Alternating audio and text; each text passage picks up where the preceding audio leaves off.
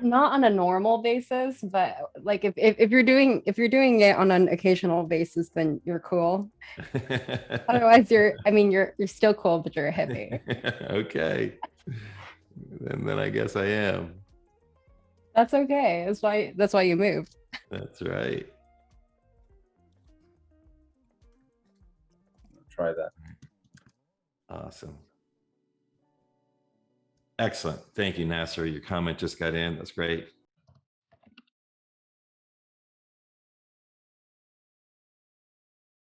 Okay, so Nasser, I'll answer that question, but that's such a good question. I want to answer it once the class is started. And I will definitely answer that question. And Nasser, just for posterity, are you open to posting it into the Q&A on Zoom so they can have it saved as part of the transcript? All you have to do is copy and paste it in. Thank you.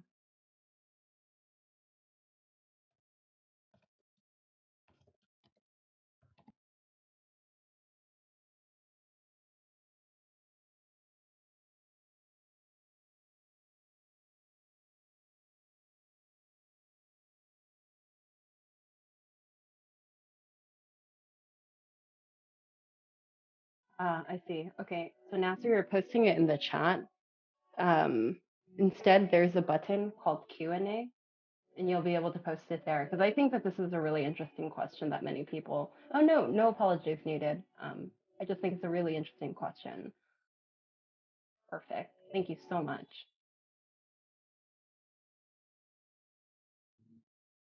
All right, I'm seeing some more people slowly trickle in. If you are coming in, welcome. Thank you for being early. If you have not already, please go and visit our Luma page. There is a copy of a doc. I'll actually pull it open for you to see.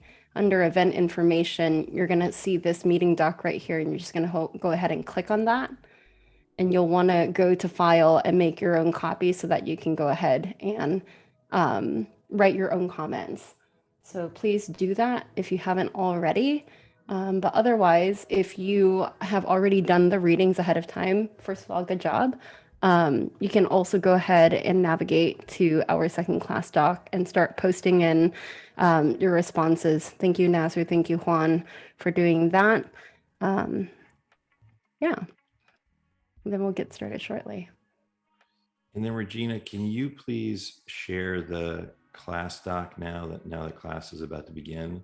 Yep. And my guess is probably post a link to that doc every 2-3 minutes in the Trish is chat. already on it. Okay, great. Fantastic. Thank you. Uh-huh. So let's share screen of the main doc. Mm-hmm. This Awesome. one right here. Thank you. Okay, great. So welcome everyone. We're gonna go ahead and get started.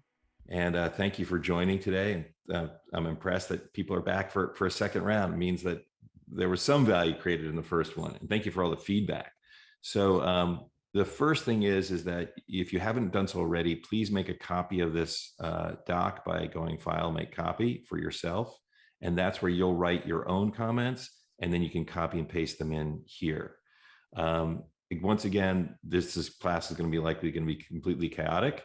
That's okay. We'll have fun, and we'll keep iterating until it becomes actually really good. And I don't expect that to happen until class 3, 4, or 5. And then the next thing is, you guys gave us great feedback last session, and please do so again. And here are the learnings we had from last session. One is the live coaching is really what people love most. So we're going to create more space for that. We're creating more space 2 ways. We're making this class longer, and we're giving people the opportunity to pre-read and pre-write so that, again, we can have more time. The next thing we're going to do is, let's see here, during the reading time, which there still will be reading time, we're going to remain utterly silent so we won't distract people. And for those of you who have already read, that will be your time to read other people's comments. Someone asked from last time, hey, yes, I totally believe that fear and anger, gives bad advice, but how do I get out of it? So I wrote up this little one-pager to describe my methods of getting out of fear and anger, so you can access that. So thank you for inspiring me to create new content. And then someone else said, hey, each class should have a theme. So the theme for this class is about bringing on a new hire. It's about one, I think that chief of staff likely should be your next hire. Two, how to onboard the hire. And three, once you've onboarded them, you want to make sure you continue to ask for feedback and give feedback to allow them to perform well. And here's a way to do it. So I guess a loose connection there, but it's the onboarding process from start to finish. And then there's additional resources. Feedback can go, you can go really deep on feedback. I didn't want to force you to read all of that for this class. And then someone else said, hey, what other things are we going to be going over? Please share with us the curriculum. So we created that, and here's the curriculum. So with that, that's all from the feedback from last time. So basically, you realize that we really read and we really listen to this feedback and we really act on it. So please continue to give it to us. All right, so with that, let's jump into the actual class itself. And let's take now 5 minutes for people to read and write their comments. During that 5 minutes, whoever has already read and commented, please simply read the other comments as I'm going to do, and then we'll be ready to jump right into it 5 minutes from now.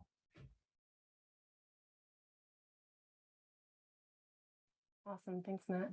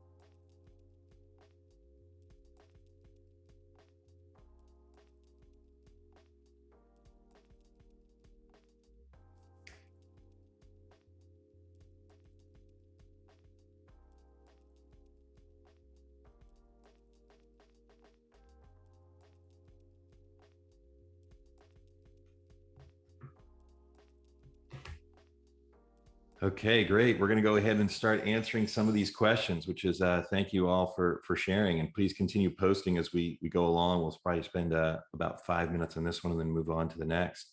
But Nasser, let's start with you. You've got a great question, and which I think is a very common one, and that is hey, I don't have an EA even, and so should I start with the chief of staff or an EA? This is the amazing thing that I'm starting to discover. I'm making these discoveries as we go along. First of all, the first discovery was that chief of staff is incredibly effective. And so it used to be just hiring executives and having them go do their work. And then about half of them failed, half of them succeeded. Then hiring this chief of staff who just simply shadowed the CEO, and the success rates are near 100%. And I used to think that that person had to be, McKinsey, BCG, Bain, and because that's what the first examples were. And then recently, Chris Manzi from Viz, he's like, I don't have time to hire someone and I'm recruiting another person, but my EA is right here and she's really good. And so let me just have her be it. And all he did was have her start to shadow him. And suddenly she became as effective as any other Bain BCG chief of staff that my other CEOs had. So in the answer between the conclusion I'm now coming to, and this is just literally in the past few days, is that it doesn't even matter the experience level. What matters is access to information. And so if you have your EA shadow you, they will be far more effective for you, and they will be able to start taking tasks off your plate. So chief of staff, EA, I don't think the title even matters anymore. What matters is how much information do you allow them to shadow you? Do you allow them, give them access to your email? If you do those two things, they will perform. So again, I don't think it really matters where you start and what experience level. Let's go to Juan, and maybe we'll have people, when I answer the questions, Regina, if you could actually have people allow them to talk so they could ask, make sure I'm answering the question that they're actually asking. Okay, great. So then Juan, I just highlighted yours. I don't think there's really a question here. I just liked your answer. So we'll go on to Paul. So Paul, any stories or tactics for effective ways to train up a COS in a fully remote org? Yes.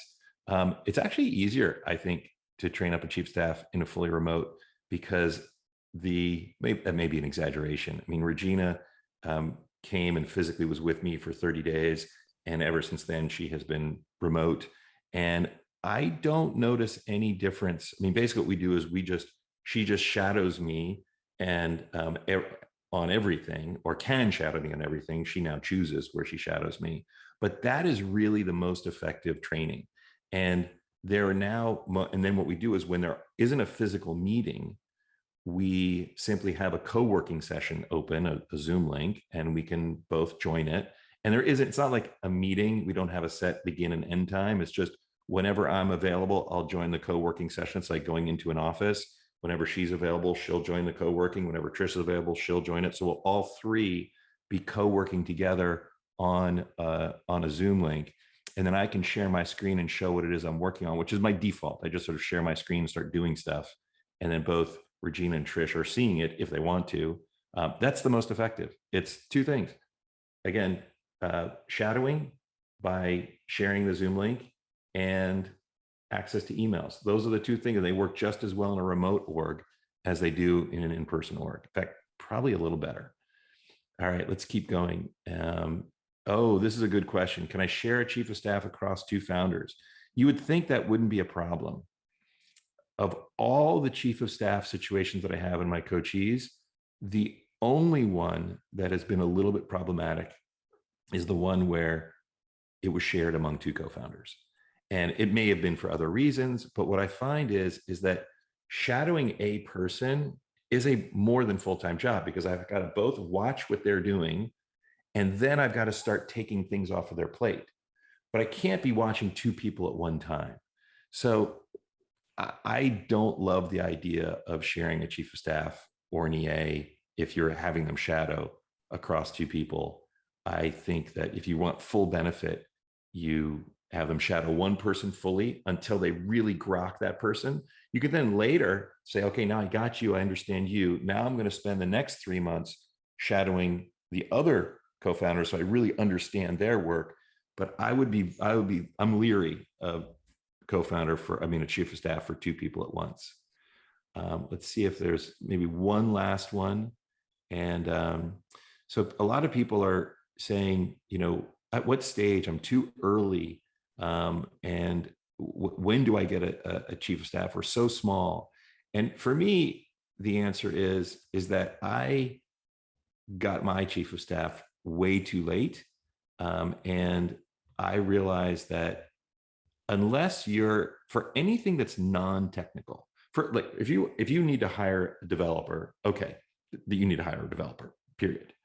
But for anything else, you are overwhelmed by the recruiting process. You're overwhelmed by the fundraising process. You're overwhelmed by the operations of the company process. You're overwhelmed, whatever these other tasks are that are non-technical, someone sitting by your side watching you can then take those non-technical tasks off your plate. Frankly, I think it's the first hire. And in hindsight, I wish I had made it a lot earlier. So I think even as a team of one, unless you need to go an engineer, I think the next hire should be someone who just sits on your shoulder. All right. So that's enough on the first one. Let's now move on to the second reading, and let's do the same thing. Let's have everybody, let's take the next 5 minutes, if you haven't read it yet, to read and to paste, maybe a little shorter in this one, maybe 4 minutes. And then in the meantime, the rest of us can read the comments that have already been written, and then we'll go ahead and unpack them after the 4 minutes is over. So we'll go silent for the next 4 minutes.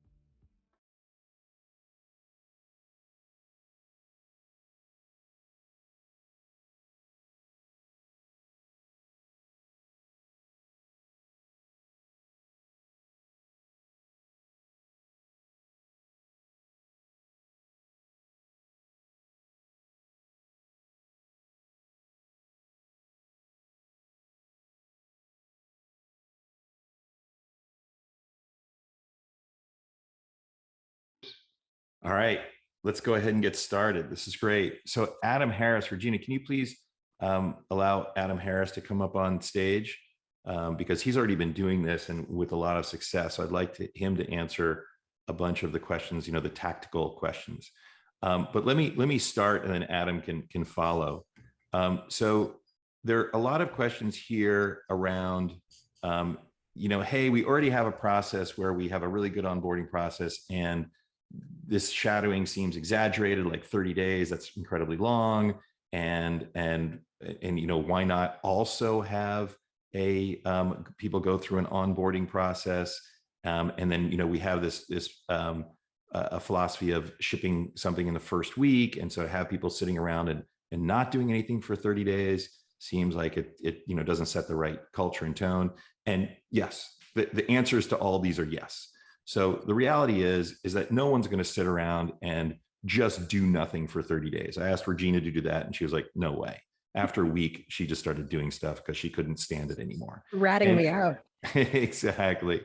And I think that's fine. The idea is that you allow them the flexibility to shadow as long as they feel that they need to. But the reality is most people are going to start doing stuff quickly. And if you have a philosophy of shipping in the first week, that's okay too. People can do that and shadow. Shadow doesn't mean they have to do it 100% of the time. It's just some percentage of the time. So if you have an onboarding process, don't throw that away. Have people still do that and shadow. It's just that you're giving people this extra layer of learning. And then another great question, which has come up here, is, hey, wait a second. There's some roles that there's no one to shadow. Like, no one's doing SEO. And SEO is the one that people have not done before. It's the one role that doesn't exist in the beginning of the company, and then at some point it does. Yes, completely agreed. There's nothing to shadow there. However, there's usually, if someone is doing just SEO, okay, but they're usually doing other things as well, take over other pieces. So allow them to shadow the other pieces. But also what shadowing does is it not only teaches people the specifics about this particular role, it also teaches them about the personalities and how things get done in the company just generally. And so even there, allowing them to shadow somebody in the company who has some adjacent role, I think is valuable, even if it's only for a few days, just so they see how things effectively get done inside the company behaviorally. Let's see. So Adam, let's have you talk for a minute or two. You've done this in the past. You've said it's worked really well for you. Can you please tell us more? Because that's live experience. That's the best. What advice would you give to the group as to how to make it work? Yeah, for sure. Can you hear me okay? Yeah, perfect. Okay. So yeah, honestly, I didn't think about it as much as maybe I should have going into it. I mean, really the way that we fell into this is just, we were growing really fast and we needed to start making our first hires. And when you don't have time to think about onboarding, we hadn't written a culture document. We didn't have any sort of documentation to give the earliest employees. The only way we knew how to was say, hey, come shadow us, and then there'll be points where you'll recognize you can do something, and then we're kind of just pair programming, pair everything. And yeah, in some ways it takes up much less of your time, and the quality of the training is much higher. So what really we did wrong in retrospect was that we stopped doing this as we got larger. As we got larger, we thought, hey, let's write some training documentation, but you can never encode all that there is to know about your company into a PowerPoint or some good documentation, because even the way you write your documentation, it's impossible for people to fully understand everything. You're using internal jargon, concepts they're not familiar with yet. So unless you're just an incredible writer who can write with such perfect context every time, then it might not make sense. But even then, you have this issue of your company is changing so rapidly. So what's necessary to know, what's necessary to train people on is also changing. Why are you spending so much time updating documentation when pairing would work so much better? That's sort of the way I see it. And Adam, you said one thing in there that was key. Well, said a lot of things that were awesome, but one thing that I want to highlight is that it doesn't take any extra time. If you're actually going to train people in the traditional way, you've got to meet with them. You've got to, check in. Did they actually read the onboarding docs? Did they understand the onboarding docs? It's an interactive thing where you, as the manager, can't be doing something else. But if they're shadowing you, that doesn't take any of your time. You're just working. You're just doing all your stuff. So it's actually less of a time investment on your part than the traditional onboarding. That was key. Absolutely. Yeah. Awesome, Adam. That was a great description. I think you described it better than I do. So thank you. That was amazing. Right on. All right. So now let's keep going to the next section, because this is where we're going to get into some meat. I mean, we could spend 2 hours on feedback. So let's do again. Let's give 5 minutes of reading time. And again, if you've already read this, you want to read even more, you can read the fuller feedback doc, or you can go through the comments. I'm going to go through the comments, and in 5 minutes, we'll start coming back, answering questions. And then we'll do live sessions where I'll show you how I receive feedback. And then we're going to pick someone from the group to receive feedback, and I'll coach them how to do it as well. So Matt, 5 minutes of reading time now. Matt, really quickly, just Yep. because there was a question that came in from Right. Sydney Liu. Yeah. She's asking, when you are having someone shadow you, do you also talk while you're working to explain, or do you just work quietly and the person will ask you? That's a great question, Sydney. So I usually just work. But if I realize, oh, here's something that I'm doing that I want this person to understand, then I'll explain it out loud. And I find that even for me, explaining something out loud forces me to think about how I'm doing it. And often as I'm explaining it, I'll suddenly realize, wow, there's actually probably a better way I could do this. And so I find it's beneficial for me to explain it out loud. Would it be But helpful? Would yeah. it be helpful if I gave what my experience was like, since I Yes, just of course. with you, Why didn't Matt? we think of that? You're the ultimate example. So when I was shadowing Matt, I think it was really important that Matt gave me explicit permission to ask anything. If you're an executive, I think oftentimes your new hires will want to look like they know what they're doing. But in reality, they don't feel like they know what they're doing. And so when Matt gave me explicit permission that there were no dumb questions, that there's no way I would know how to do things without asking, I then felt very comfortable asking questions about everything that I didn't understand, without being fearful of Matt thinking that I was just incompetent or didn't know how to do my job. And so very similarly, when I was onboarding Trisha, my EA, I also told her that she could ask anything. I actually even created a separate Slack channel where she could just start throwing all of her questions into that Slack channel, and I go through it twice a day and just answer everything one by one, all in one go. So that is super helpful, I think, with onboarding. Awesome. Thank you, Regina. Thank you. All right. So with that, let's jump over to, again, the feedback section. We'll take 5 minutes of silent reading time. Great.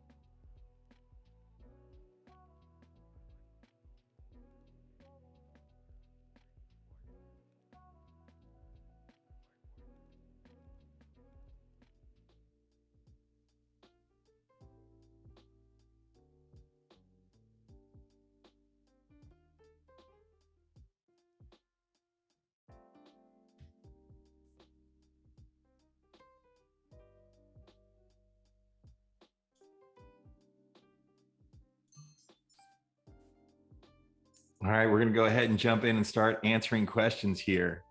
We'll start off with Luke. So Luke, you asked, I think, a great question. How do you compare don't argue back with declare whether or not you accept it? So that's really key. And that's why it's so important to reflect back what someone says until they say, yes, that's it. Because as soon as you do that, the other person now feels heard. Usually defensiveness is, I give you feedback and suddenly you start giving me excuses of why you need to act that way. And my brain says, you didn't even hear me. You didn't even listen to what I said. So if you reflect back to me what I said and I say yes, then that thought in my brain goes away.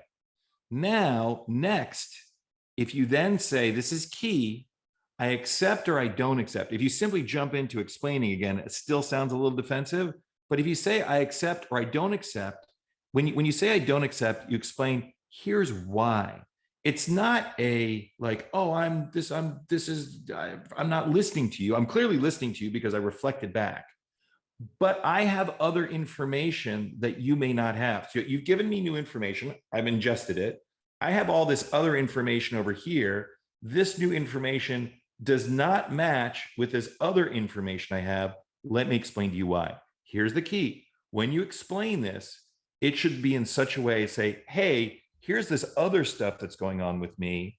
Now that I explain that, my guess is you can see and understand why this feedback actually doesn't resonate with me. But it should be described in such a way, let me welcome you into my world. Let me welcome you into my perspective. And now that you see my perspective, the feedback giver likely goes, oh, okay, yeah, I get it. Now that I know that, which I didn't know before, you're right. Now I completely understand. So the argue back, I think, gets perceived when people skip the acknowledgement step. But if you really do the acknowledgement step well until you get a, yes, that's exactly what I said, then I don't think it's going to be perceived as arguing back when you don't accept. In fact, I've never had that experience so far, but great question. And then the next question, also a great one, is how do you time box it? Yeah. So the first ones, give it plenty of space because you don't know how long it's going to take. Eventually, you'll start to go faster and faster, and these things will take less time. But I would say in the beginning, leave to receive feedback, leave 20, 30 minutes. And if you end up running out of time in a one-on-one or in a team meeting, I think these are so important that I would just start your next meeting with feedback if you ran out of time at the last one. Another thing that isn't in this doc, but is in the bigger doc, is it is absolutely critical in the beginning to not give feedback to anybody asynchronously. And what I mean is, don't send it in a Slack channel, don't send it in an email, don't send it in a text, don't leave it in a voicemail. And here's why, at least negative feedback. Positive feedback, make that async, make it public, praise people, celebrate people. That can be spread wide and shouted across the land. But negative feedback, critical feedback, I wish that you would do this. That part has a high likelihood of triggering the person receiving it. They may feel fear, anger, shame, sadness. And that's not your intent. Because when people have those feelings, their brain shuts down or that goes into their amygdala, and they're actually not even able to receive the information. So they're not actually learning from what you're saying. You don't want them to be in that state. And if you can't see them or you can't hear them, then you don't know whether they're triggered. And then they could stay in that triggered state for quite a long time. And while they're in that triggered state, they hate you. And now confirmation bias sets in. And now they start to see facts about you that confirms that their hatred is correct and that you really are evil. And within about 48 hours, the relationship could be so destroyed that it's basically unrecoverable. And so you never want to create that. So whenever you're giving negative feedback, make sure you can see or hear the person so that if they get triggered, you can say, whoa, whoa, whoa, whoa, I did not mean to make you feel anger or sadness or fear. I didn't mean this as an attack. I meant this as a gift. I want you to succeed. I want you to be part of this team. And this is the best way to do it. So you can basically pull them out of that triggering state. That's important. Now, I do encourage reading the full feedback doc there for, but let me, well, that was just a little aside. All right, so let's keep going. So, and then Chris, you ask another question, which a lot of people are asking, which is, hey, I can do this and I can show it to my team and maybe get my team to do this, but how do I cause the next layer to do it and the next layer to do it and the next layer to do it? It's a great question. And there are two ways to do it. One is using software, you can see whether or not people are even asking this question and the answers are getting written out and actions are getting created against it. Usually that's a key. Whenever I see feedback written, if then there's no action, it kind of means they didn't really do anything. They didn't really, because feedback becomes, the cycle is complete when an action is created. So that's one thing you can do. The second thing is you're not really sure though if the manager is actually really pulling out the most brutal stuff and creating a safe environment. And that unfortunately you can only check with shadowing. And that's training your manager to want the feedback. But usually if I'm really vulnerable and pull the feedback out for me, and then my reports see how that effective that is for me, they'll then do it for the next layer. The next layer will then want it. The managers will want this feedback in order to perform if they see it modeled from one above. I don't have a good solution for this yet. So Chris, maybe if you find one, let's work together to document it and share it with the world. All right, let's keep going down here. And someone, Alan Osgood, you had basically the same question, is how do we cause mid-level managers to do this? And again, I think that just modeling it over and over and over again yourself, and then causing your direct reports to model it, it's the only way that I know so far.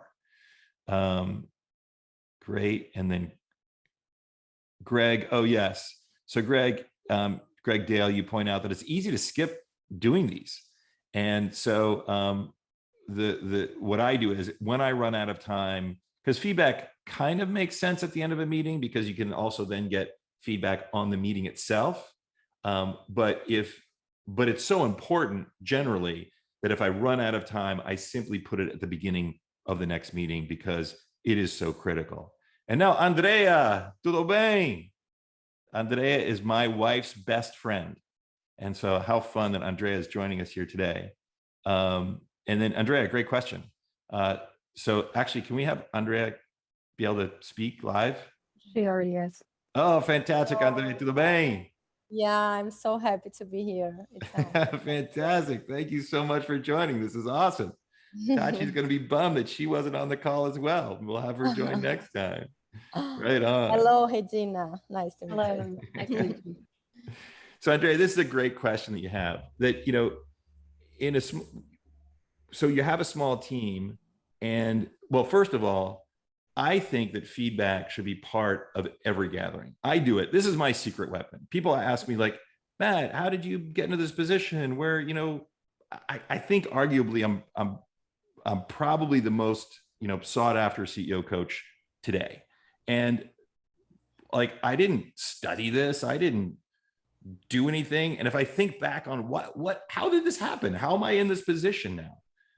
The only thing I can think of is feedback, because it's the only thing that I do differently than everybody else. And in every single one-on-one I have with someone, at the end, I say, how can I do better? In every single team meeting I have in a group, I say, how can I do better? And I cause people to write it. It's not just like, give it to me verbally. Everybody, as you all are going to do in this doc. And so I start with me. And then what happens is everybody else in the team says, well, wait a second. What about feedback for me? I go, okay, let's give feedback to each other. And so doing that and writing it, and then having everyone share it publicly as a team, we do this regularly. And the teams I coach, we do it regularly. So yeah, I think it's completely appropriate to give feedback to you as a group and to give feedback to each other as a group. But you got to teach people how to both give it and receive it first. And you have to have every member of the team actively opt in to receiving feedback publicly. Because for a lot of people, that's really scary. To get critical feedback in a public environment, for most people, it's like, that's going to feel shameful. So only don't force it on people. Make each and every team member say, yes, I want to get feedback publicly before you do it in the team meeting itself. So great question. Andrea, did that answer the question or not really? Yeah, super. I will do that for sure. Thank you so much. Awesome, Andrea. Right on. Fantastic. So I think there, I haven't read all the others, but Melissa, looks like you've got a great question here. So let's see if I can jump into this. When does it not make sense to share feedback and actually widely to an entire organization? Yes.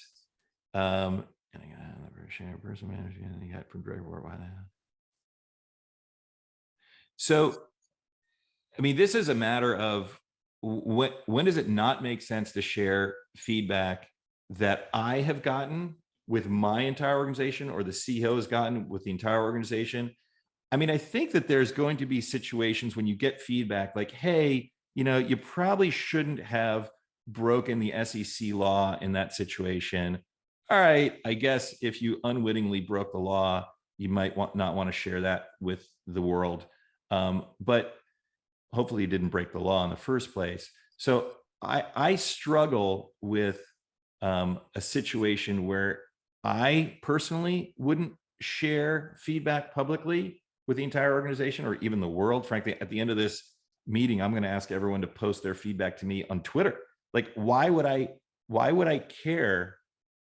I view feedback as learning, and I want everyone to know that I'm learning. And again, that's why I think, going back to why I'm in the position here, I think the feedback I've gotten from people not only has caused me to learn more, but it's done something much more powerful than that. It's caused people to view me as someone who loves to learn and loves to improve and loves to get learning from you. Like, I'm open to feedback from anybody, anytime. So it gives people the feeling that it causes them to like me more, because they see that they can influence my behavior. And so they can make me into the person. I mean, this is going to sound weird. It's not like they're manipulating me, but they can cause me. They want the best coach, and they see that they have a way to cause me to be the best coach. And so I think that publicly sharing feedback that I've already gotten is just a way of creating trust with more and more and more people. So I'm not sure there's any situation where me personally, I wouldn't share the feedback that I've gotten widely in an organization. Again, unless it's about, you need to fire that person, or you need to, you'll know when it's something that you don't want to share, but I think it's going to be very rare. All right, I think that's enough on those. I think the next thing we do, we've got about 35 minutes left. And I think the examples are going to be the most powerful ones. So what I'd like to do now is let's take 3 minutes for everyone to, we're going to do this first exercise. Everyone's going to give feedback to me. And then I'm going to pick the one that is juiciest, the one that's most gut punchy. And I'm going to unpack that one. And I'm going to go through the whole 5 A's process. And then if we have time, we're going to have someone else come up, receive feedback, and I'll coach them through receiving using the 5 A's process. I think we'll have time to get through that. But let's take 3 minutes now for everybody to write their feedback and paste it in, and I'll start reading feedback as we do it. And Matt, as a reminder, Melissa is here for the demonstration if you need that. She's here as a panelist. Fantastic. Fantastic. Melissa, you are going to be on.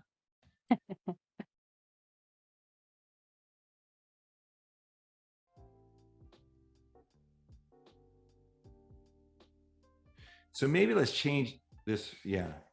And again, this is a competition. Whoever gives me the most brutal feedback, they win.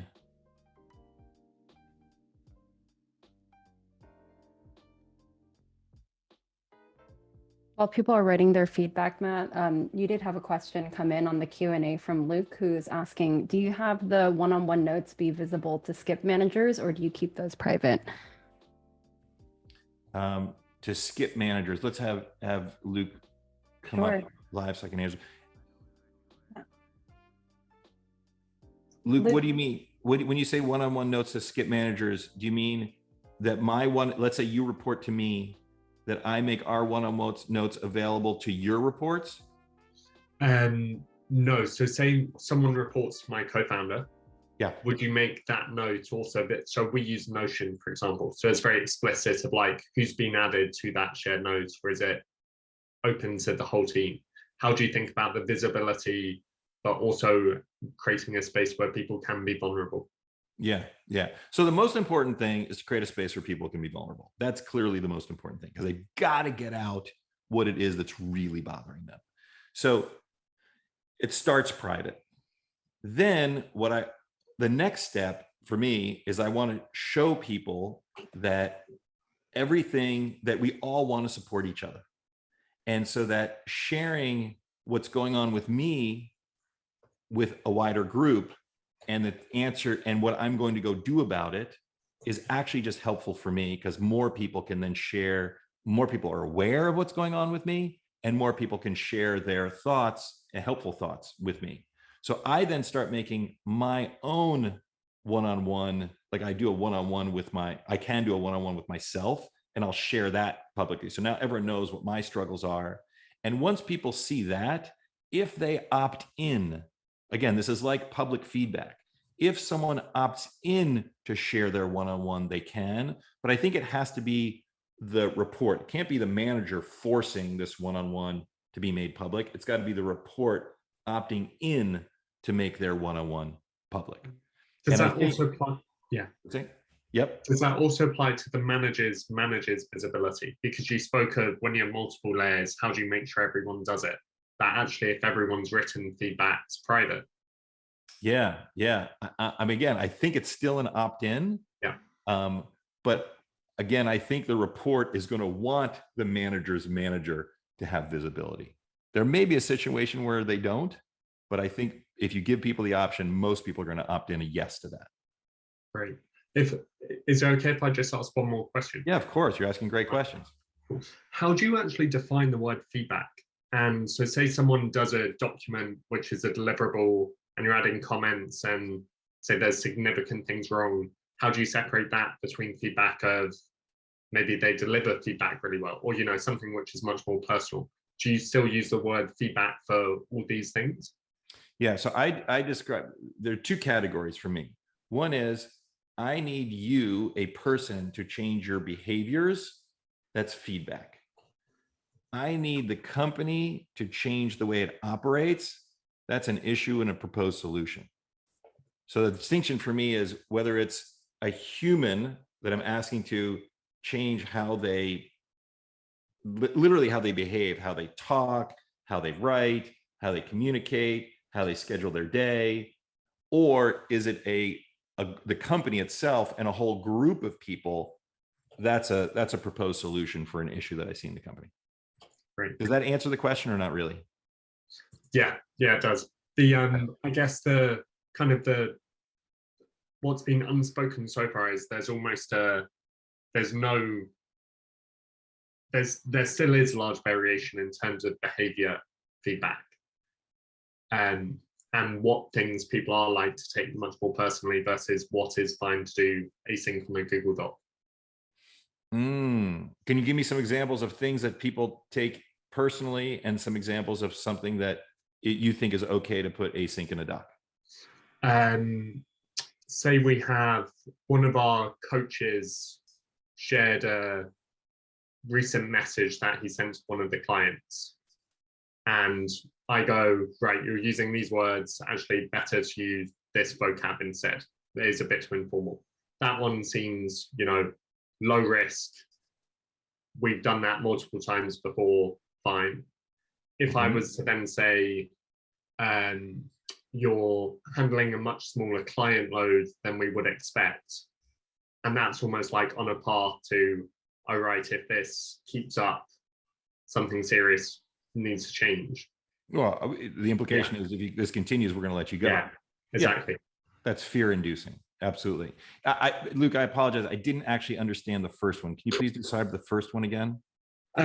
So just something smaller. Say the coach sent a message to a client and it was more informal tone than we would like. Oh, gotcha. Okay. I saw your email to the client. It was a little bit on the friendly side. It'd be great if you could make that more professional going forward. Here's how you do it. Is that Exactly. the idea? Okay. Yeah. Yes, there are gradations of levels of feedback that you can give. If you want to be fully safe, you give them all synchronously. And so an easy way to do that, to sort of have it take no more time than it would just to write that instant message, is to write down the feedback, because you're writing it anyway. Like you're writing about to send a message. Write that message, and instead copy and paste it into. I keep an agenda doc. I'll show you what I do. So I have, this is me personally, and I'm going to share screen here for a second. And so I just have this agenda doc, and here are, where is it? Agendas.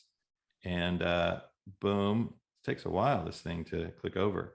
And so on this, I've got stuff that I'm going over with in my next meeting with Regina. Here are the things that we're going to talk about. And so I can put that, I don't want to get too detailed and share my entire life with y'all, but you saw that I have a doc where I just have people's names listed that I talk to regularly. And I then put whatever feedback I have for them, I put there. So the next time I talk to them, I can just, boom, here it is. They can read it. So it's not taking them any more time to consume, because they'd have to read the email anyway. It's not taking me any more time to write, because I have to write the email anyway. But I can see their reaction when they receive it, and therefore can know that they didn't get triggered and actually are going to act on it. So I would say, Luke, that if you can change, if you can use that tactic, then you can start to increase the amount of feedback that you can give synchronously without taking any extra time. And it's just safer. At a certain point, once you've got a relationship with someone, you just know they crave feedback, then sure, async is fine. But I think async actually misses the nuance. Like you asked a question, Luke, but getting you and talking with you live, I get so much more information, and therefore can really answer the question much better, because now I understand what the question is. So I just think that written communication is part of communication, but it's not the whole thing. If you really want someone to understand what you're saying, and I really want to understand what they're saying, I need to see it written, because that organizes the thoughts. But then I also need to hear it verbally, because that gives the nuance, that gives the context, that gives the emotional undertone. So I think feedback is therefore actually much more effective when given synchronously. Yeah, fantastic. How does that land with you, Luke? Yeah, no, I think that's spot on. And then you can increase over time as you gain confidence in the different layers of feedback. That's exactly right. And if it's something like, hey, I mentioned this before, here's another example of it, that is a perfect thing to give asynchronously, because they already understand what the feedback is. Right on. Great questions, Luke. That was awesome. Thank you so much. Thank you. All right, now let's go into feedback to me. And I'm going to start reading this, and let's all start reading this. And we'll probably take a few minutes, and we'll see which one is the most gut punchy. In fact, why don't we have people, as you read through, if you see one that you think is like, this one's tough, why don't you +1 it, and we'll sort of crowdsource, see if we can crowdsource the winner here. I'll do it as well. So.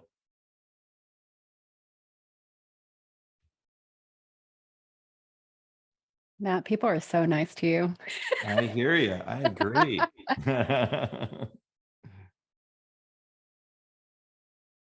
So this is shared new content with us. I'm not sure exactly what that means, but I like it.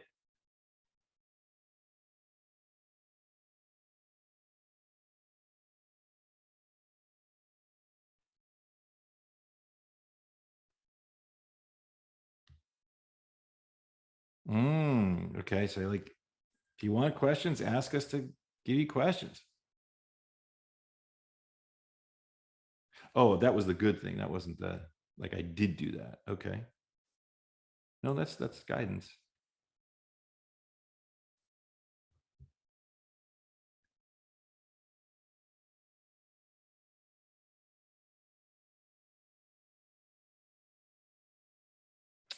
That's a good point. Thank you very much. I think I did. I think I did show sensitive stuff.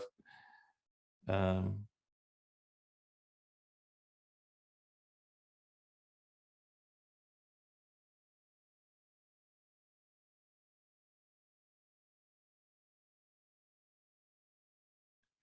great.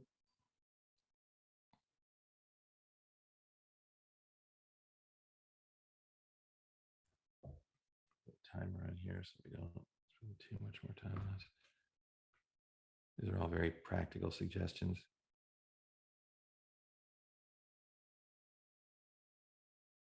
Oh, this is good.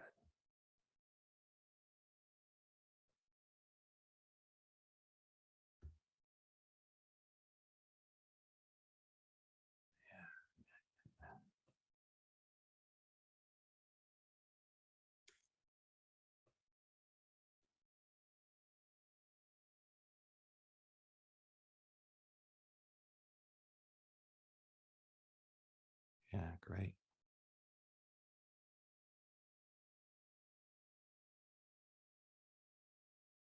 I think this is pretty critical feedback down here. Peter Where? wrote, listening to you makes it seem like it's Can you- possible. Can you At the highlight very, it for very me? at the very bottom. Okay. Scroll all the way to the last one. Yep, right there. So listening to you makes it seem like it's possible to run a company where everything Great. is warm and fuzzy. Awesome. Thank you. Okay, we could make that bigger too. Okay.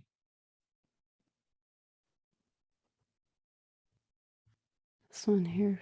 This, I like this too. This feels generic. Telling me it feels generic.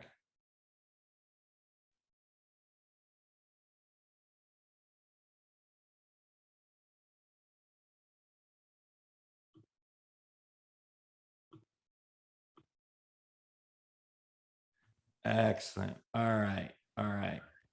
I think I have a winner.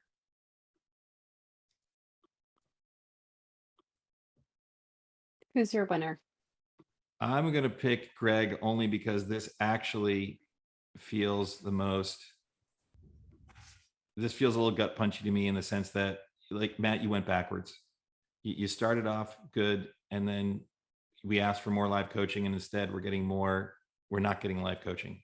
You know, and so this is just basically assisted reading, and we already had that in the first session. So can we get Greg up here? I'm here. I didn't think this was Excellent, gut Greg. punchy, but Excellent, Greg. So, but here I'm gonna help you make it bigger. So the first thing is, Greg, can you please share this feedback with me live? And so I really understand it. Can you please describe it to me verbally? yeah. So I think the first session, there's an overall learning, which I shared of, like, it was like a lot of passive reading time, and then people writing their feedback, and then kind of being like, oh, everybody says it's good advice, because it is. So I think this class with the pre-read has some maybe optimized the pipeline a little bit and got to the interaction faster, but it was still, I think, the lesson, the resonance of like having people talk about their in like real life situations where you can get specific and, you know, have advice, is still sort of the most interesting and specific and helpful for me. So, but as I'm also, like, as somebody who's read a lot of the materials, I think Francisco said that as well, it's not like new. I found my attention drifting because I'd, you know, heard or read a number of this before, and I feel like it doesn't feel like we can elevate it to must-see TV. Perfect. Thank you very much. So let's now go through the 5 A's here. The first thing is ask for it. And I clearly already did that because I asked Greg to share it and asked everyone. So that part's done. The second thing is to acknowledge it. And so this is the key part. And so I'm going to do that now. And there's 2 ways I can do this. I can either, and let's put the 5 A's up on the screen, Regina, if you could, so people can follow along with the 5 A's. Let me go, have me go. I'm sharing it right Okay, now. great. Can everybody see the 5? I Yep. think everybody can. Yeah.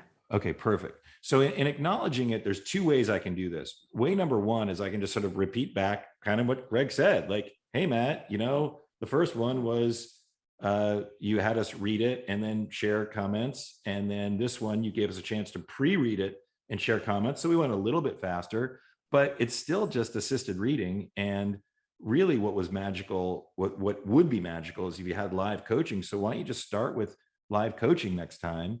And then you can also do read and comments, but start with the really engaging stuff so that we're engaged from the very beginning. Is that right, Greg? That is correct. Perfect. So that's what I would call the baseline version, the junior varsity version, which is fine. There's nothing wrong with that. It's easy to do because I just basically read back what he wrote. But there's another level. This is the varsity version. And the varsity version is Greg shared with me his feedback in a polished, socially appropriate manner.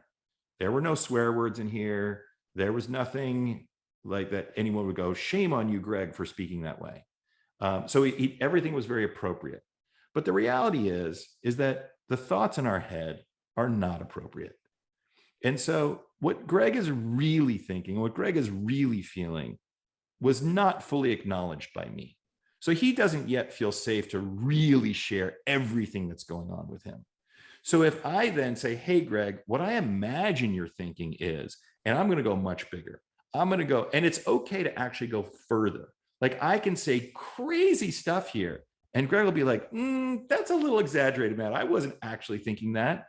It's still okay because he'll have seen me go crazy exaggerated, but I didn't get angry about it. I didn't get triggered about it. So now he knows that not only are his real thoughts okay to express, but even if he went further and got like crazy, that would still be okay for him to express because I didn't get triggered by it. So let me give you an example. So Greg, I imagine that what you're really thinking is, motherfucker, Matt, I'm a student of yours. I'm a fan of yours. I've read all your goddamn material. And this is how you treat me? When I come to a class, you just like reread it again and copy and paste, you answer questions. Man, reward me for having done the goddamn work, for having already done all this stuff beforehand. Give me something that I can only get here. Because if you keep giving me an assisted reading time, I'm not going to show up. I don't need that. I've already read this material. What I want is live freaking coaching. And by the way, Matt, I already told you this feedback. I told you this feedback in the first meeting. So listen to the damn feedback and give it to me. Give it to me straight up front, right in the beginning of the damn meeting. Is that close, Greg? Well, Matt, I wouldn't go that far. Exactly. Sort of a reverse of it, which is almost my attention was drifting, and it was almost like just felt like a underutilized time. Like I'm happy to have you talk it through in the back of my head as I do other stuff, but it just felt like it was an opportunity that was being somewhat wasted. So I wasn't angry about it, but yeah, just sort of like somewhat disappointing. Okay, perfect. So it's more like, Matt, this session could be a lot more interesting, a lot more fun if you just did live coaching, because that we can't get anywhere else. And it would keep my attention, it would keep everybody's attention. Yeah, there's a promise of like an action-packed hour to spend on this per week. And, Fantastic. Yeah. Okay, great. And so, but I want to keep going until I got it. You say, yes, that's it. So it sounds like, Greg, make this feel action-packed to me, Matt. And the way you can make it feel action-packed to me is having it be almost entirely live coaching. Is that right? Yes. Perfect. All right. Now I declare whether I accept this or not. I have to think about this for a second. You have to appreciate it first, Matt. Oh, yes, of course. Thank you, Regina. Greg, I really appreciate you being willing to give me this feedback. It's not easy to sort of come up here and sort of say, hey, Matt, this isn't as effective as not nearly as effective as it could be, because you're taking a risk. You're taking a risk that I might get angry. And if I get angry, I'll be like, fuck Greg. Don't ever let him back in these sessions. He's out of here. And that's a huge risk. And you are willing to take that bet or take that risk. And I admire your bravery. First of all, I'm not angry. I really appreciate what you're saying, but I also really appreciate your bravery in being willing to share it with me. So thank you very much. And now let me answer whether I accept it or not.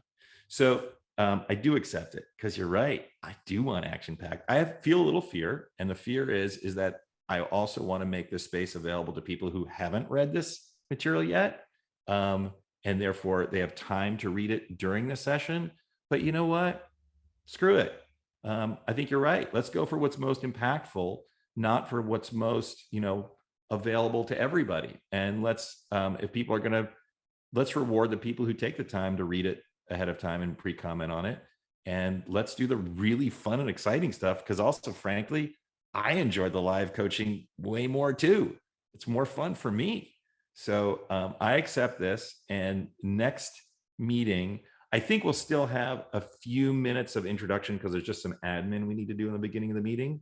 But then let's lay right into live coaching and have people. So people are going to have to pre-read and pre-write beforehand and before the meeting even starts. And so we'll have the doc available for people to do that. So I can read it beforehand, and then we'll lay right into live coaching. We'll start with that. So yeah, I accept, and that's what I'm going to do. Thank you, Greg. You're welcome. Thank you. Now, let me ask you a question to round this out. There's two key questions here. One, do you feel that I actually heard you, that I understood what you were trying to say? Yes. Excellent. Two, do you feel like I actually appreciated it and I'm going to act on it to the point where it's now worth you giving? Basically, do you feel safe now giving me feedback in the future that basically no matter what it is, I'll listen to it, I'll either accept it or not, but if I do accept it, that I'll actually act on it? Like, it's worth your investment of time and risk to give me feedback in the future. Yeah, I don't feel like it's particularly risky, but yeah, yes. Okay, fair enough. I mean, obviously in this situation, it's not risky. If it's a person who is your manager and can fire you and then can, Sure, absolutely on that. Then it's obviously a much higher risk. Exactly. Okay, great. Greg, that was freaking awesome. Thank you very much. I appreciate it. All right, now we've got about 10 minutes left. I think there's time to do this. Let's see if we can get, oh, and by the way, before we go, since this might end up going right down to the wire.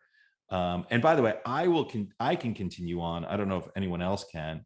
So maybe we'll just let the Melissa feedback go as long as it needs to. And if people want to keep listening, they can. But I have a request.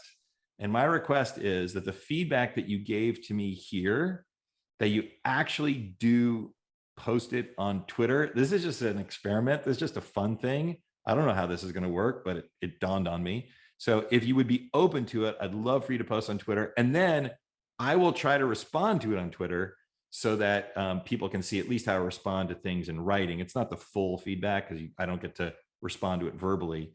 But I think that'd be a lot of fun. So if you're open to it, please do that. But with that, let's go on to the last bit of this session, which is let's have Melissa come up and let's have Melissa receive feedback from somebody. Now, hopefully this is real and hopefully this is brutal. So Melissa, who is going to give you feedback? Is it Regina? It's either me or you, Matt. Both of us know Melissa from before, but I know you went through the interviewing process with Melissa too. So either way. Okay, great. I haven't thought of it, and I thought you were going to do it, Regina. I can do it. I'm going to also need 2 seconds to think. Okay. But mostly because I like Melissa. Right on. Right on. Yeah.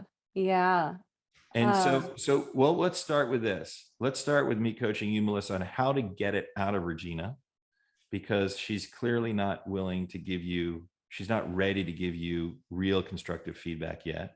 So Melissa, it's not written in there, it's written in the other doc, but can you please ask Regina to think of the thing that if she shared it, that she's afraid to share because she thinks it would hurt your feelings, and especially in this public environment. I mean, how brutal. And would you please ask her to think of that, not to say it, just to think of it. I'm gonna start off. I'm gonna try to do it in my own words. I feel like I noted this in the doc as well, that when there's a process, sometimes it's so easy for it to feel robotic or disingenuous. So I'm gonna do it the way that I would, knowing Regina and knowing our relationship both in a personal and professional context. And so context for everybody who's on the call, Regina and I used to work together at a startup. And so Regina knows me. We didn't work like directly, intimately every day at the startup, but I would say like good. She was like a work bestie for me. And we shared a lot about some of the struggles, challenges, problems. And so there's a lot of vulnerability in the sharing. So just for context, everyone knows our relationship.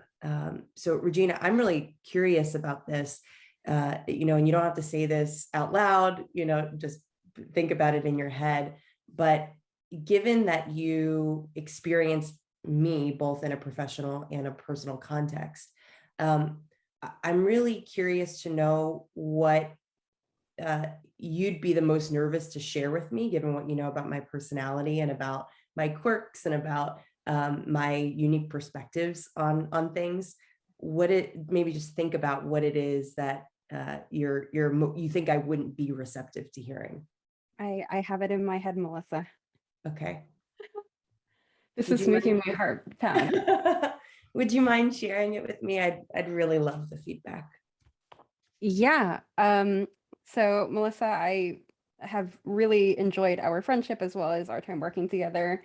One thing that I noticed that I've been hesitant to share since we've known each other for almost a year now is there are times when I think you are in a position where you need help.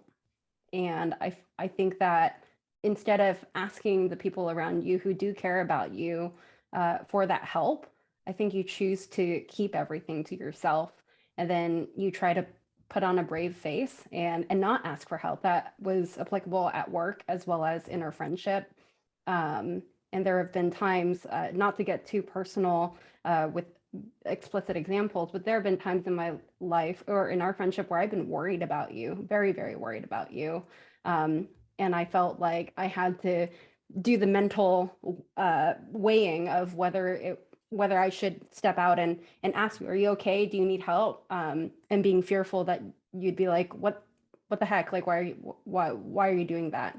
Like, I don't need that. I'm fine. I'm self-sufficient. And so that I wish, if we're going to frame this as a feedback, I wish that you would ask for help when you when you need it, instead of giving into your fear of not being strong enough.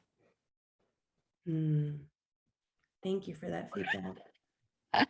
Here's what Melissa, but I would ask you, if you really want clear feedback, you'd ask her for an example. Unless you actually understood. I didn't understand exactly what she was talking about. And so the examples are what make it tangible. Yeah. I don't know if you feel comfortable with that. Yeah, no, I do. It's funny because I think I intuitively do understand what she means. So in a situation like that, I don't think I would have needed to ask for feedback, but okay. I am. It's a great question. Like I'm so curious, if you can give me, I feel like there's always a moment or two that sticks out in our minds when we think about somebody and we think about the fear in the future of asking or telling them how we feel about something. Is there something that comes to mind? Yes, there is. And I apologize in advance if this is something you don't want out on the internet. But there was a time when you had that huge medical scare and you went to the emergency room. And if I wasn't on my phone and paying very, very close attention, I would have never known that you went. And it was only because it showed up for a blimp and then it disappeared that I'm tearing up right now, that I knew to text you and ask if you were okay. And then be able to send you breakfast the next day, even though you didn't ask for it. But I was worried about you, very worried. And I wish that you would have reached out and asked for help instead of suffering on your own in the ER. Thank you for sharing that. I feel like tears are like yawning. Yeah. For me. Yeah. You cry, I cry. Yeah. Yeah, I really appreciate you sharing that with me. And I can hear in your voice how much you care. And it means a lot to me to have somebody like you who really cares. If we all had a colleague and a friend like Regina, we'd all be better for it. what I heard you say was, in your experience of me, you shared a personal example, but and I don't want to make this assumption, but I'm assuming you see the same thing parlay into my professional life as well. Is that accurate to how you feel? And what I'm hearing you say is, you're probably thinking, oh, Mel is so frustrating. It's like clear she doesn't have it together, and she's like trying to keep it together. And I wish she would just ask me for help and let me be a useful friend and colleague to her.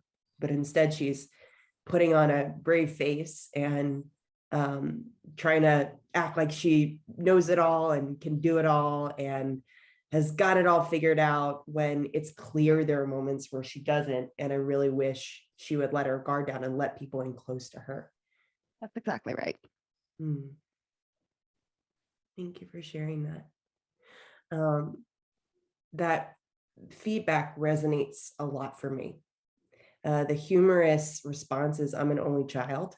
and I'm really, like, quite literally trained from a very young age to do everything on my own and to be very self-reliant. But I think the way that it shows up, and it's so funny because if you look at some of my, I want to stop here just for a second here. Two things, Melissa. One is, it's helpful if right now you said resonate, so that sounds like you're accepting, but it'd be good if you declare a little bit even more clearly, I accept or I don't accept, because we want to know, is this going to lead towards you taking an action, or is this not going to lead towards you taking action? So I would recommend being more explicit. The second thing is, before you get more explicit, consider for a second the validity of not accepting. Because Regina's essentially saying, hey, let me do these things for you. Let me, like, you went to the emergency room. Like, me, if I'm going to the emergency room, I don't want to be texting people. Like, I want to be like focused on, I'm receiving, I'm not in outbound mode. And so Regina seems to have a need to be this certain kind of friend, to care and to heal and to, but that's on Regina. Like, that's not, you don't need to, that's her deal. She wants to be the savior.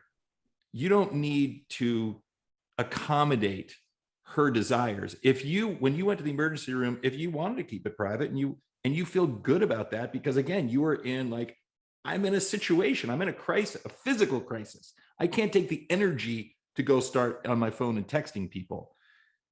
Don't accommodate Regina's needs if they don't truly resonate with you. So that's why I want to give you the chance to not accept. Now, that may not be the case. You may say, yeah, you know what? Really, it would have been great if Regina had been there. I could have easily texted. I just didn't want to impose on her. And then, okay, then you accept. All right. With that, which do you do? Do you accept or not accept?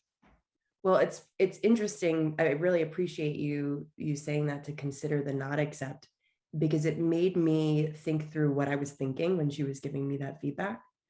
And I try hard to not be thinking about what I'm going to say when someone else is giving me feedback, because I do feel like you can tell the difference energetically in how present somebody is. But hearing you say that, I'm realizing that when Regina told me that story about something personal that happened to me, my brain automatically translated it to the safer professional version. Yeah. Like, I'm like, oh, she feels this way about work, and I'm not exactly sure why my brain did that, but I don't know that I would have noticed that if you hadn't prompted me to think about it. So I really appreciate you asking. And when I think, Regina, that when you share that, in the moment when I was there, I really wasn't thinking about anything other than, this sucks. Oh, Being in a city by myself and ending up in the hospital by myself, I was like, this is lame. At least I have my phone, with me to keep me busy in the ER. And I really wasn't thinking about much else, or like reaching out to people and asking for help. Yeah. And so in that way, I'd say, I accept the feedback, in that I experience the trueness of it in the way that I show up in my life, and how much I hold just to myself. And I'd ask you to give me grace in moments like that where it doesn't even occur to me. Oh yeah, for sure. Doesn't So- even occur to me to ask. So Melissa, what I think I'm hearing you saying, we're gonna do it the other way now, is Regina, when I went to the ER, I was in a buttload of fucking pain. And I wasn't thinking about anything except for this pain that I was feeling all throughout my body. I wasn't thinking, let me go and call my mom and let me go text Regina. Like, that's not what was on my mind. What was on my mind is, I'm in fucking pain. Am I dying? When is the doctor coming here? I need medication now. And I'm not thinking about anything else except for that. And so I think it's very unreasonable for you to expect me to put away all of my pain and make this not about me and make this about you. Is that right? I definitely don't feel it to that intensity. But we had one nice approach and I went the extreme. Yeah. No, but you know what it actually reminds me of is that I don't think that I messaged you at all. I think I tweeted something, didn't You I? did. And that's what So- I was referring to. I was Yeah. like, if she's gonna tweet to the world, Yeah. Yes. Yes. she could Yes. have messaged Yeah. someone for help. But Yeah. after Matt reframed it, I wanna be really clear here that I'm not trying to save Melissa. I was just thinking that if the next day she was hungry and she needed food, like, it's okay to ask for food, right? I'm not trying to jump on the next red eye to go and fly across the country or anything like that. So let's now have this go towards action, because this is a very common pattern. Feedback can then be, especially when we really like each other, we can just say the nice things and go back and forth, and it never gets to an action. So, but let's have to conclude it. Let's get to an action. And either this is Melissa, my guess is Melissa, you saying, you know what, Regina, I didn't know that you were open to this kind of stuff before, and I didn't even think about it. Now that I know it, if I think about it, I will reach out to you. But I don't want to be required to. I don't want to have a burden. But now I know you're available, which I didn't know before. That's one potential action. The other potential action is, Regina, please know that when you see me in these situations, you can reach out to me and ask me, but please also know that I may be consciously not asking for help, not reaching out, or I may just not have thought of it. So I, Melissa, don't want an action. I'll put an action on you, Regina, if you accept it. Or just, you know what, Regina, no, like what had happened is exactly the way I want it to happen. And so I don't need an action. You don't need an action. What my guess is what one or the other does. Which of those three sort of resonates with you, Melissa? Something a little different, actually. Okay. Kind of a hybrid and something a little different. What I feel called to say, Regina, to you is first, thank you for sharing it with me, especially in a forum like this, because this isn't like a fake exercise. This is a very real interaction. So thank you for being willing to share it with me and being able to do it so publicly. I really appreciate you, and I'm really grateful for you. The second thing is, I want to say I'm sorry, because hearing you give me that feedback, what feels true for me is that I haven't created enough of a safe space in our relationship for you to feel that you could tell me that before this moment. I haven't asked enough questions. I haven't asked for feedback in our friendship. And it's unusual to ask for feedback, but it's the way that I want to show up for the people in my life, regardless of the role that they hold. So I'm sorry that I haven't created an opportunity for you to share this with me or even think about it in previous conversations. That's the kind of friendship I want to have with you and the kind of relationship I want to have with you. And I would love for us to both act on it in a specific way.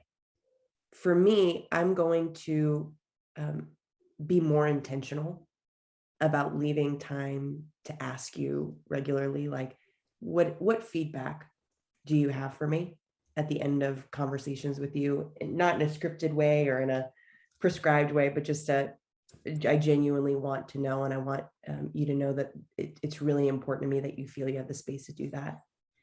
And what I would ask and love in return, my ask to you would be I'm not always going to know when you're feeling something, And so when something does come up for you, will you please share it with me directly without me having to ask?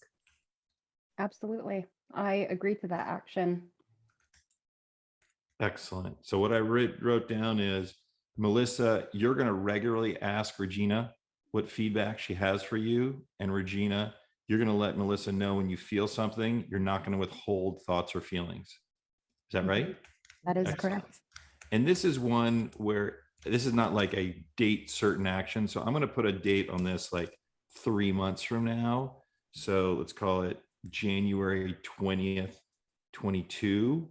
And that's you 3 months from now, you can both check in and just assess. You're going to have to self-assess, like regularly ask Regina for feedback. Regina can assess that, but letting Melissa know when you feel something, only Regina can, she can only self-assess whether she did that or not. So 3 months from now, you guys can check in with each other and just see whether or not you did these actions. And that's it. That was awesome. Thank you both very much. Thank you for getting very real and very vulnerable. Maybe next time what we'll try to do is get people up here who don't, you guys love each other a little too much. So maybe we get people who don't love each other at all, actually feel really antagonistic towards each other. That'll be a whole different kind of feedback session. And then before we finally end up, I don't know if Luke is still on the line, but he asked a really great question, which is, in giving the extreme version of feedback acknowledgement, which is the way that Regina just did it at the end as well, does that ever lead people to think that using that form is acceptable when actually giving the feedback? So if I say, like I did originally with like, yeah, motherfucker and all this, does that then give permission to people to start swearing at me in the future? And the answer is, it's never happened. I've done that advanced version hundreds of times, and never has anyone started to swear at me in the future.